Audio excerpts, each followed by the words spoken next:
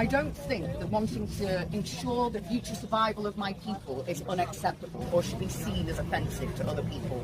We have a right to our exclusive identity, our home, history, heritage, culture, and to exist as a peoples. Nobody has the right to take that from us. The people who are trying to take that from us are the extremists, in my opinion. And I don't think that feels at all like exclusive or kind of contradictory with this lovely man could make a home here, because he's a gift to the Romans,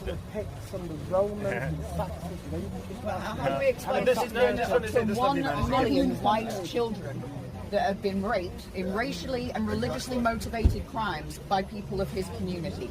How is my community supposed to reconcile the fact that they opened up their doors, gave refuge to people that said, please, let us come here for a better life, and then what do? Rape, rob, extort, terrorise and kill our people, and you expect us not to be angry about that?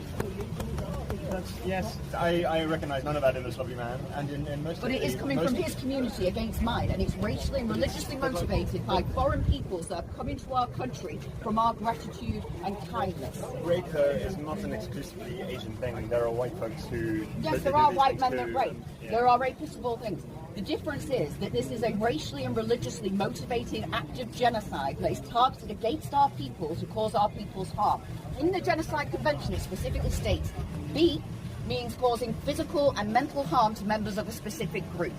So you're not going to argue with me that gang raping children is not going to cause them serious physical and mental harm. And the difference is there's been 1 million white children, 1 million white kids in the last few decades that have been raped by Muslim Pakistani men. It is targeted, and our community have a right to be angry. If it was any other country and any other peoples, they'd be burning down the homes and trimming you out the country. But because white people are so tolerant, so far all we've done is demos, but that will come to an end, and I assure you. And we don't involve ourselves in gratuitous violence and terrorism. We're white people.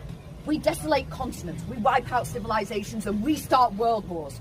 So far we've been tolerant, but you wait until that tolerance is gone. When the Anglo-Saxon no longer wishes to tolerate the rape, robbing and extortion and theft of our identity.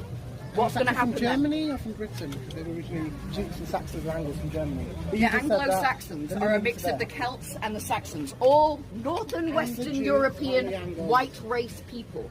We have no genetic difference in our composition. Europeans are all one brotherhood. Before that, there wasn't any black, browns or Asians or anything else living in Britain.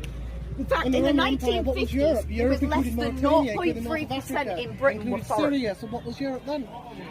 Even the definition, even the concept of Europe, Europa, Europea, was different 1,000 years ago. The Romans included Northern Africa, they included parts of Syria. So there's been a heritage of change. The terms you're using, what is Europe, what is Britain, all this has constantly changed. And human beings have been moving. At all. Britain has been known as Britain and Great Britain since the Romans. Right. Britons. Okay, we can say the same, right? So your home doesn't exist. It's been populated by lots of people. There's no such thing as Asians or Pakistanis, and it'd be perfectly fine if we were to wipe you out.